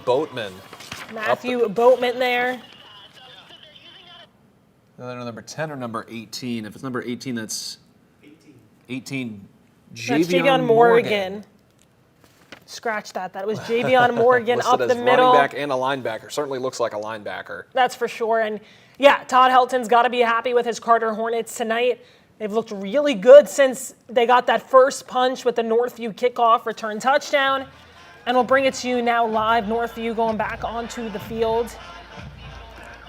Again, it was going to be interesting to see how Northview came out offensively tonight. Their 2-year starter, Mason Phillips, who preferred walk-on now at Tennessee. So they had a pretty good signal caller. That's hard to just move on from, especially when we talked to Coach at Media Day and he said he had a 5-way competition. That's not really what you want to hear. Sometimes you hear if you have more than one quarterback, you don't have any quarterback, But Metcalf out there, Bryson Metcalf. We're told it's getting a little chippy out there. But we're going to go back to our game of the week, Alcoa and Maryville. Wouldn't be surprised if that one was a little chippy. Thomas Manu hands it off, but again, that Maryville defense all over the play. Defense standing tall, and again, it's just little by little. Once you get into the fourth quarter, it's these precious seconds. You kind of just have to see them tick away on the clock. If you're Maryville, you got to make a stop, and hopefully you don't have too little time in order to, eventually got to call a timeout. But if you're Alcoa, you're on the plus side of the field, so you have you got a lot of things to work with here, and if they can score, that's certainly going to be a dagger. Yeah, I mean, Alcoa can do whatever, especially like you said, if they score right here, can waste all the time that they want. Just hold on to the ball. You've seen the Tornadoes be able to do that tonight. They want Maryville to play their game, and right now they've been able to play their game. Another handoff going around the left side, kind of gets swallowed up again. Tried to break Tried free. to stay up, but Maryville has looked really good defensively tonight. I'm sure if you're any other 4A team across the state of Tennessee, you're kind of looking at this game, you're just shaking your head. You're like, these guys, they're still good. Doesn't matter what classification you're in. Yeah, we talked to Gatlinburg-Pittman's coach, Tyler Williams, at Media Day, and he said they said it over the announcements. Maybe there was a loud roar from the Smoky Mountains when they found out they wouldn't have to play Alcoa this year, and he said that's 4A's problem now. So 4A just got a little bit tougher with Alcoa, especially looking at how this game, new quarterback, same deal. Looking to throw for Manu along the sideline. Did he stay in bounds? Doesn't look like he did. Doesn't look like he did. It would have been a tough grab anyway for number 8, Jacoby Cooper, the senior. They've got some big-bodied receivers over there for the Tornadoes. We talked about Jameer Dean a little bit earlier, the 6'3" junior. That was Jacoby Cooper. He's listed as 6'1", the senior. Fourth down and 11 now for the Tornadoes. If I'm Thomas Manu and I'm looking at who I've got on the line and I see 77 Jacob Crow there, who's 6'8", you got to feel good. I'm not getting hurt. Say. I've got time. All right. Huge play right here for the Tornadoes. If they can get a first down or even a touchdown, that's going to be huge momentum. They're going to grab all the momentum in this game if they can do that. Looks like plays blown dead. Delay a game. You got a little bit of the crowd there. It looks like not an empty seat in the house there at Alcoa, and that's what you should expect. I'm sure a lot of Maryville fans there too. A short drive looks like, the visitor section looks pumped. You can't do that. And everybody remembers that chant. They've got the rally towels. We just need them to flip their hat backwards, get a little rally cap going. Doesn't get any better than this. No. Fourth quarter, this is high school one possession football, game. Yeah. Big rivalry game. We're going to stay on this game just as we can see. Again, this is 4th down and long now. So it appears to be a pooch punt here for Manu. See if he can pin him deep once again. That goes out of the end zone for a touchback. Maryville's about to go on offense. This is going to be a big drive for the Rebels. Absolutely, and it's like like we've talked about. Every single time we cut to this game, Alcoa's kind of had the ball, and the touchdown that we've seen from Maryville is a long touchdown pass. You see Casey. She's part of the team, just going up and down the sideline. She knows this is going to be a big drive, and for Maryville, the defense has looked really good, but we've seen Will Jones in action for the past 3 years. Yes, he's had a couple of nice touchdown passes, but haven't really been able to get something going big offensively. Maybe a long drive. A long drive would be good right now, just so Alcoa can't get the ball back, because we can see what the Tornadoes can do. It's certainly a chess match whenever you get to that point, because maybe if you're Maryville, you got to have to maybe play a little bit of Alcoa's game a little bit, because your defense has been on the field for so long, you can't score too quickly. Of course, you would take a touchdown at this point. As you see, Will Jones slips there. But you'll take a touchdown. You want to tie this game up, potentially take a lead if you're wanting to gamble and go for a 2-point conversion. But just at this point in the game, it wouldn't hurt if you milk the clock yourself. No.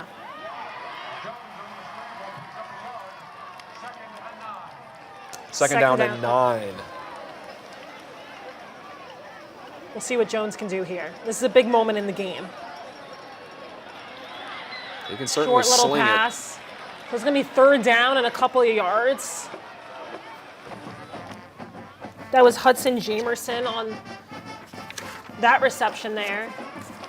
You got to get a first down here. You can't have Alcoa get that ball back, especially you're not very far across the field right now, so that's only going to help the Tornadoes. And we've talked a lot about the Maryville defense. You can say the same thing about the Alcoa defense. Everything about this team is top notch year in and year out. But 3rd down, big play here now for Maryville. See what Will Jones decides to do here. looking to throw it. That's what you need. Big first down. Went back to his guy, Hudson Jamerson, again, a couple of yards the first time, a couple more there. And they're on the move. This is the first time we've kind of had an extended look at this offense, too. Yeah. They're kind of playing a little bit slow, too. Yeah. And that's to credit the Alcoa defense that we haven't really seen the Maryville offense that much tonight, because whenever we came back to this game, Alcoa had the ball. Oh, yeah. Let's see what the Rebels can do here. Jones in the gun.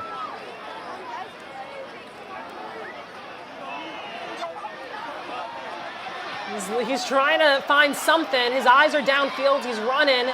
Might just take it out of bounds there. Safe play.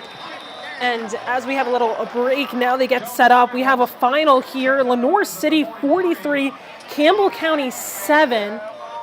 Our news manager, Justin, that is a big win for Lenoir City. They're on their third head coach in the past 4 years. Billy Coleman talked about how he wants consistency from his program. The players said they've really never had that so far during their time at Lenoir City. 43-7 open up the season. If they can keep that consistency all year long, Panthers are in for a good season. So congrats to Billy Coleman there, getting his first win at the helm of Lenoir City. Little shovel pass right up. Either way, that's Beyblade once again, the senior running back, number 0. Baller if you're number 0, and he showed it off there. We'll see. They seem to be getting into a good rhythm. See if the Rebels can keep it up. Third down and 1. That is Torrey Buford. That is locked in on him. Bearden transfer. With the change at coach over at Bearden, we see a lot of guys leave for neighboring programs. Torrey just one of those. Now, there he goes, Jones. That's Will Jones. Big that's the play. Will Jones we've been waiting for. It looks like maybe he was going to get coughed up there. That's a huge play just there for his confidence. You see him staring down the Alcoa defenders. He's talking fired to up. somebody. He's a quiet guy. To see that, I have a smile on my face, because that is a big play for him, just to get the confidence going. It seems like it's been a little tough for him tonight, but that is something that he can do and that he needs to do for Maryville to come back. These Rebels are driving. The Alcoa crowd's trying to make it difficult for them. Big first down for the Rebels here. He's got time. Over the middle, his sure-handed tight end. He's still rolling. He's still rumbling. Jamerson is. Get out of the way, ref. Oh. First down. First down. All right. Jamerson once again. That's a big play for that tight end. There is a flag on the play. We are hearing from the back. Doesn't. So they just said 1st and 10, so I think it's going to be good. Our game program that we have in the roster, Hudson Jamerson listed as tight end, H-back, and kicker. We can kind of do it all for the Rebels. Once again, we have that stud quarterback Jones in the gun. Oh, he faked Casey a little bit, but Swallowed wasn't up in the really backfield. able to get anywhere there. Tornadoes kind of swept them away here. That was a big first down play there for the Tornado defense. Whole host of tornadoes in the backfield there. Will Jones looking over at his sideline. See what head coach Derek Hunt wants to do here in a critical moment.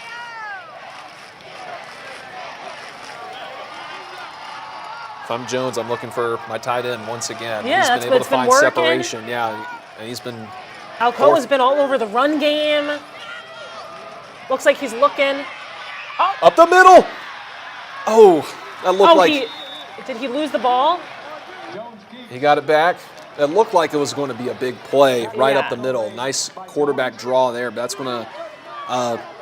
Might not be enough for. May not be enough for the first down. Now the PA announcer said on that first down play right after their tight end had the touchdown, it was 1st and goal from the 11. It sounded like, so they can still get a first down without scoring here, yeah. But it's going to be very difficult no matter what. This defense is putting the clamps on it as we're moving along. Time winding down in the fourth quarter. These are the moments you live for in a big rivalry like this. Battle of Pistol Creek coming down to the wire. Jones in the gun with the snap. Badeley stays on his feet. That's a touchdown for the Rebels. We are an extra point away from tying this game up. And what number is that? That is number 0. That's Baller. the number of the night. Baller, shot caller, Cohen Badeley, the senior running back. Slipped out of the backfield. Touchdown, Maryville. This is exactly what you want from Maryville, Alcoa. You want from your game of the week. You want on week 1. Now, we're not sure maybe if we get a scoreboard shot and see how much time is left in this one to see kind of what both teams are working with here. 3:25. 3:25 to go. 3:25.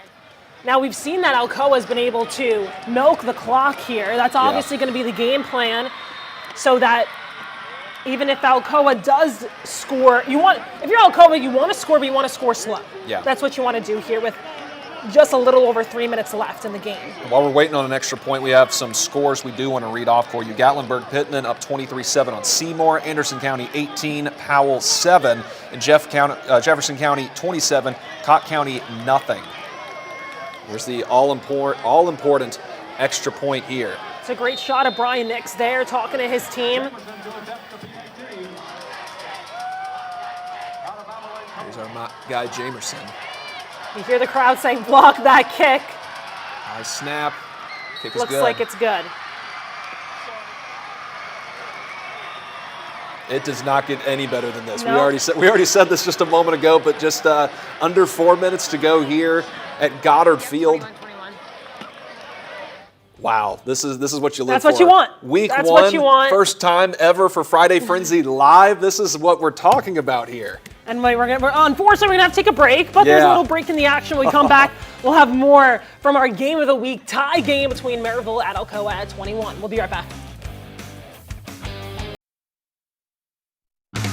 And welcome back to Friday Frenzy Live. We got a couple more highlights to show you. This is from Austin East and South Doyle once again.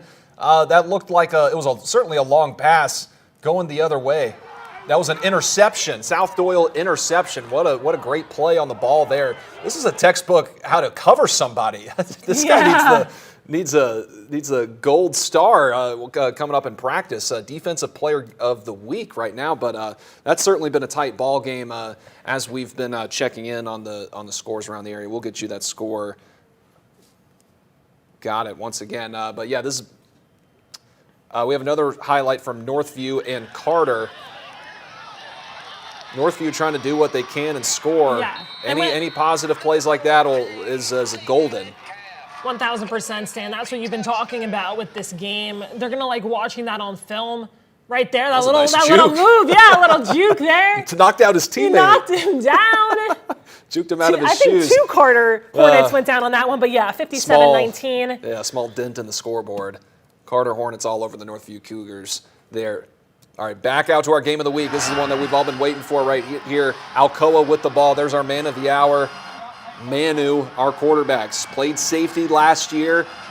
Switching over to quarterback this year. 2:22 to go. Tied at 21. And it looks like Alcoa is doing what we thought Alcoa would do, draining that clock. They want to be that last score and not have a chance for Will Jones to get back on the field. A little up the middle, but that's okay. If you get a couple of yards, get the first down, drain out the clock. That's exactly what the Tornadoes are looking to do here. Looks like it's 3rd down and 8 though, so that is a little worrisome. A little bit. Clock stops right at 2 minutes.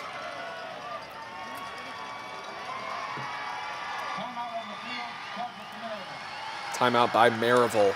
And back to that Carter Northview Academy. That was the final, 57-19. So congrats to Todd Helton and the Carter Hornets on getting win number 1 of the 2025 season. As we see Brian Nix fired up talking to his team. This is a pivotal moment. And we see there's Todd Helton and the Hornets getting together after the game. That's got to be a special moment. As we see that score, that's a big. Well, they zeroed it out. They want to move on to next week. They're moving on to next week, but it is 57-19. There we go, Carter. Oh, that says 50-12. That's a little bit of an old score. 57-19 was the final, but again, a big win for the Hornets over the Northview Academy Cougars tonight. We have a couple final scores, or just scores in general. Blunt 49, Loudon 0. We do have another update for you. South Doyle has a rushing touchdown. So it's 33-30 South Doyle on top of Austin East right now. How many lead changes have we had in that one? That one is...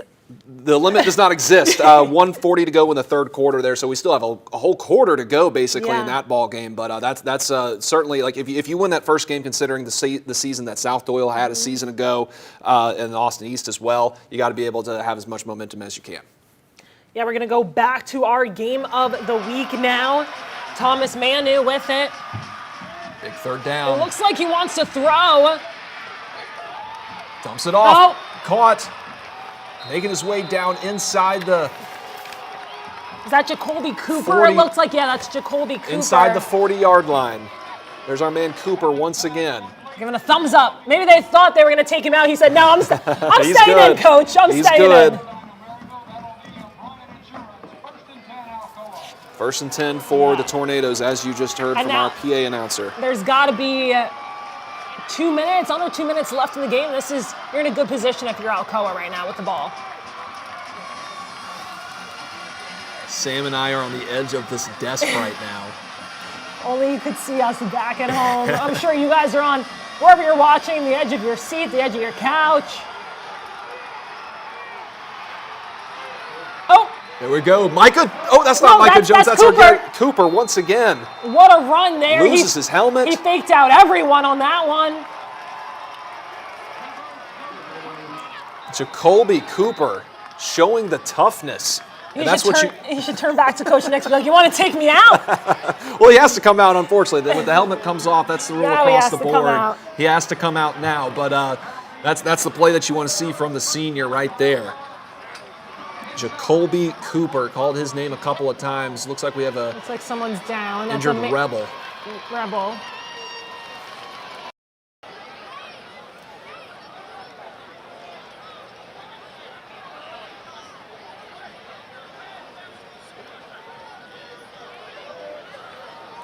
While we have a timeout, we're going to show you a live picture over at Hardin Valley. It is raining quite a bit. This is just a crazy comparison right now. This is this halftime, but it's just, you know, you're dealing with this at this one game, and then you have our game of the week where it's beautiful, picture perfect skies at night. Our photog JR out there at the Hawk's Nest. We're gonna send it over to Chief Meteorologist Ken Weathers now for a little update. Yeah, the pour down right there, the HVA there, some very heavy rainfall just along Pellissippi Parkway into the west. 38-12 current score right there at halftime, Hardin Valley at Carnes. But you can see that heavy rainfall right along Hardin Valley Road, just pavement pounding. The good thing is no lightning with this, but not a lot of fun to be sitting in the bleachers with rain like this out there, guys. All right, thank you, Ken. We're going to take it right back out to our game of the week once again. Alcoa is coming out of the huddle right now. Big play for the Tornadoes. Under 60 seconds to go here. Any extra yards you can get to help your kicker? Yep. You'll take them at this point.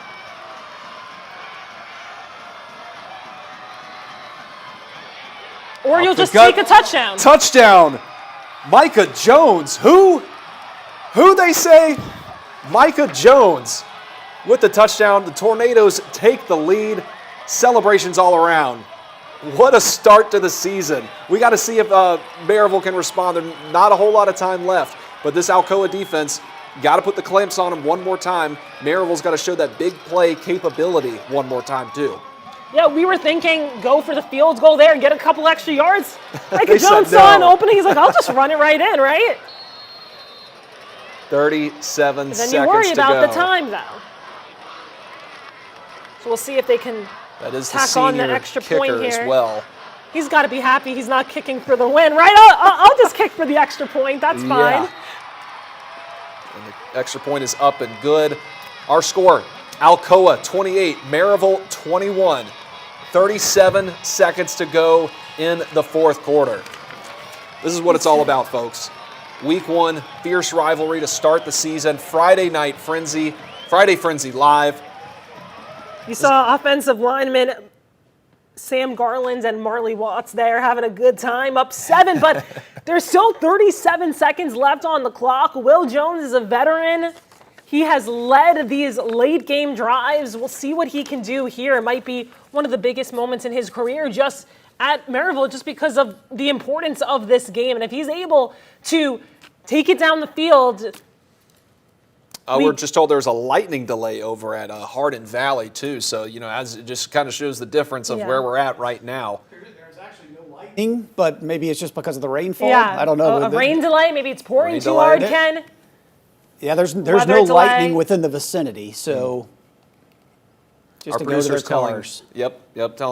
telling them to go back to their cars, but it's unfortunate for them, but we got to go back out to our game of the week. Yeah, we've got a big game. This is exciting. We've got a big game over at Alcoa. We got to go back to it. You got the music Joker for the and kickoff, the Thief. yeah. One of the great kickoff songs out there.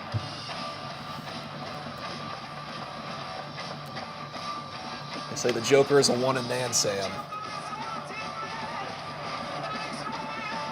Other great kickoff songs are Director Connor's asking me. You got Zombie Nation, Seven Nation Army. Seven Nation Army's a great one. Yeah. Enter Sandman. Sandstorm. I can't go without saying Sandstorm, being a South Carolina grad. Doesn't get any better than this, guys.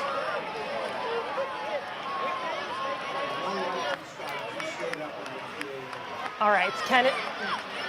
One lightning strike did just show up in the HVA area there. It's just to the north, probably about 3.5, 4 miles away. So I can see now why there could be a delay. So that was probably a good call, as it's pretty close to the Claxton Elementary Edgemore area. That's in Anderson County, just to the north. So here's HVA. That's the heavy rain, and you can see that lightning bolt that just occurred just north of Edgemore. So we're going into Anderson County here, but it's close enough. If it's near it, you need to fear it. Let's go back to the game of the week, guys. All right, there he is, Will Jones. We've been talking about him all night. This is his time to shine now. We'll see if he can lead a game-tying drive, excuse me. Under a lot of pressure. Yeah. A nice little run from him Smart there, play to short go of out the of first bounds. down, yeah. And, this goes to, this is a saying that you got to have for any level of football, but especially at the high school level when you're still learning the game. If you're on defense, if it comes down to a Hail Mary situation, if you're the coach, you got to tell your guys to bat the ball down. Don't worry about that interception. Those can come at a later time. Yeah. Bat the ball down, because chances are if you don't bat it down, you try to go up for an interception, go through your hands right into Someone the arms. else could be back there Right to- into to the arms grab of it. a Maryville Rebel. You don't want to have that.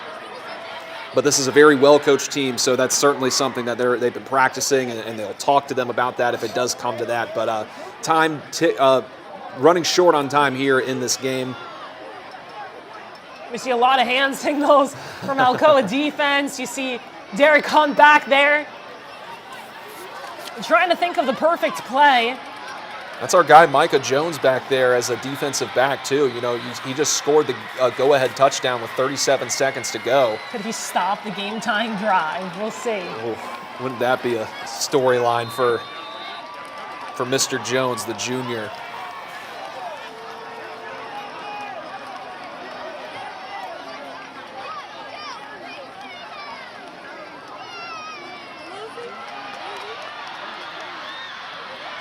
Did he catch it? Looked like No. Alcoa's saying no.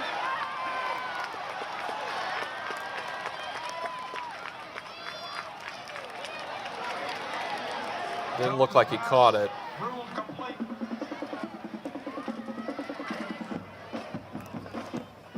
Maryville going back to the huddle here. That was ruled incomplete. So it is third down. Third down. You're looking live here. Battle of Pistol Creek. Alcoa up by 7. Roughly 20 seconds left in this one.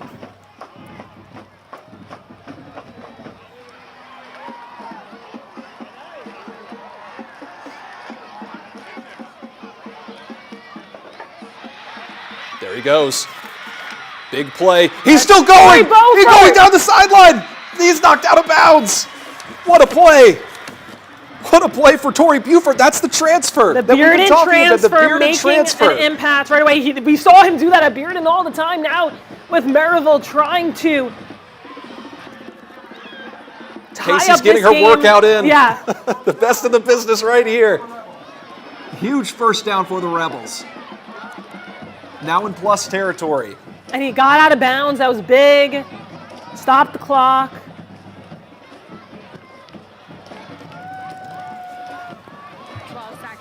12 seconds to go.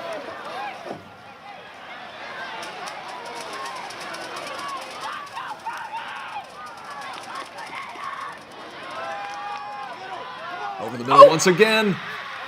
Big first down. That goes to number 18, Grayson Myers, the senior. We'll get a timeout there. Pass complete to Grayson Myers.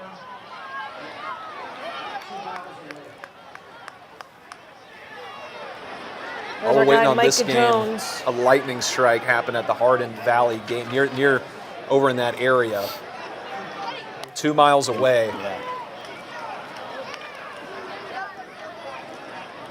We'll keep tabs on that one and how that one shakes out, but we'll want to take it over to Ken now. Yeah, quick update real quick as we got the timeout again. Here's Hardin Valley Academy. Latest lightning strike you just talked about, 2 miles away from the stadium. A couple more up into Anderson County as well. Seeing there could be a lightning delay in the Powell game as well. So still some storms around the area. Let's get back to the game, guys. All right. Let's see what we have here. Hey, Sam. Hey, Sam. Sam, we're going to go back to the Maryville Alcoa game of the week. Will Jones trying to lead back, Make a name for himself. tie up the game. We see Casey getting the shot set up. There we go. Taking it right back to the action. We'll pause right now as everything gets situated once again. Maryville driving, trying to tie the game, or if they want to take a gamble, they can go for the win. But as of right now, they're just focused on getting into the end zone. There's our guy, Torrey Buford, with a big pickup earlier on this drive. Now we have Will Jones back in the gun, junior quarterback.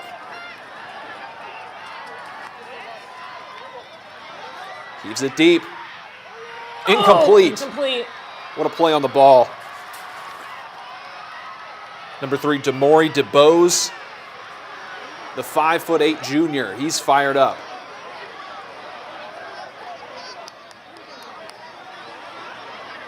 Man, oh man. Jones's pass in the corner of the end zone is incomplete. 2.2 seconds. 2.2 seconds. Barring penalty or a touchdown, this could be the last play of the game.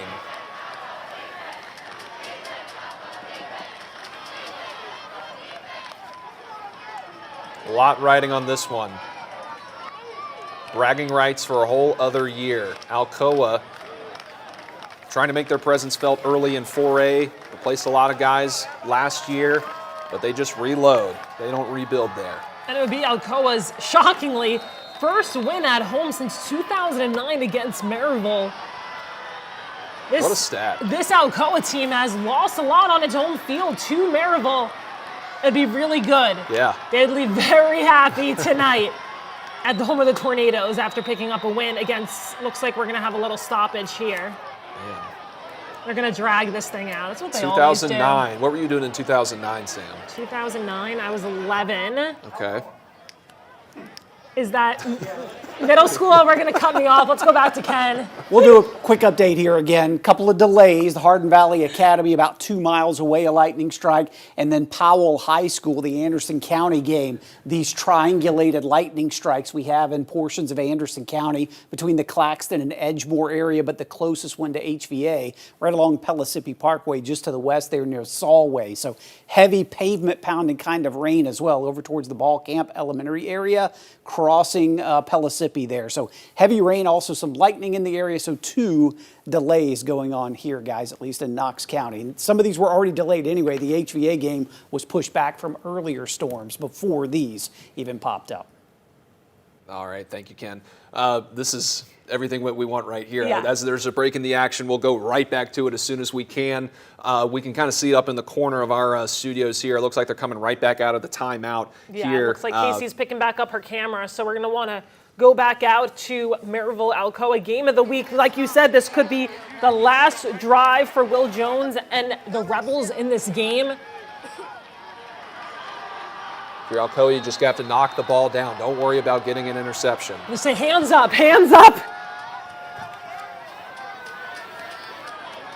This is it right here, folks.